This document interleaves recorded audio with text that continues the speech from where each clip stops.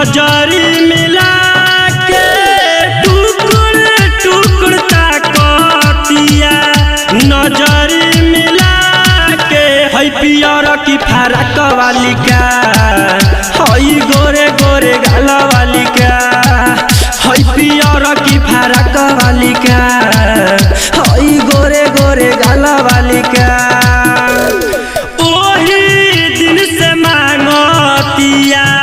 Number चिल्ला के वही दिन से मांगतिया नंबर चिल्ला के हमारा घर के बगल वाली का है पियर की फरक वाली का है गोरे गोरे गाल वाली का है पियर की फरक वाली का। Rishabh recording studio Simra.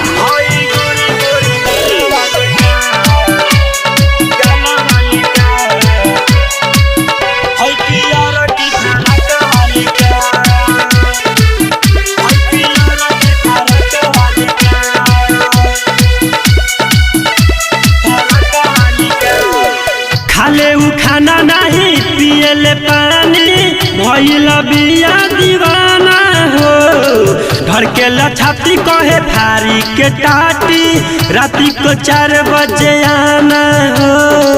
राती को 4 बजे आना हो खाले उ खाना नहीं पियले पानी भइल बिया दीवाना हो घर के लछाती कहे फारी के टाटी राती को 4 बजे आना हो दिहल चाहे दिल एगो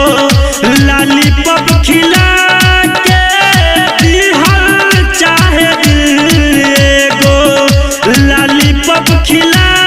के है नगिनिया के चाल वाली का है पियर की फरक वाली का है गोरे गोरे गाल वाली का है पियर की फरक वाली का।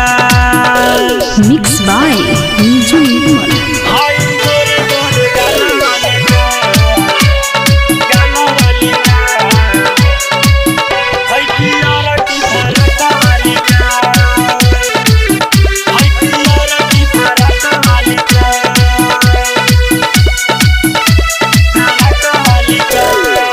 आहिरे दादा हमें ऐसन बुझाला हमारा के पिटवाई हो बाबुआ भाई से डरेले नहीं लागत मुड़ी कुचवाई हो लागत मुड़ी कुचवाई हो आहिरे दादा ऐसन बुझाता हमारा के पिटवाई हो बाबुआ भाई से डरेले नहीं लागत मुड़ी कुचवाई हो दीपक प्रेमी रोवे डरही चिल्ला के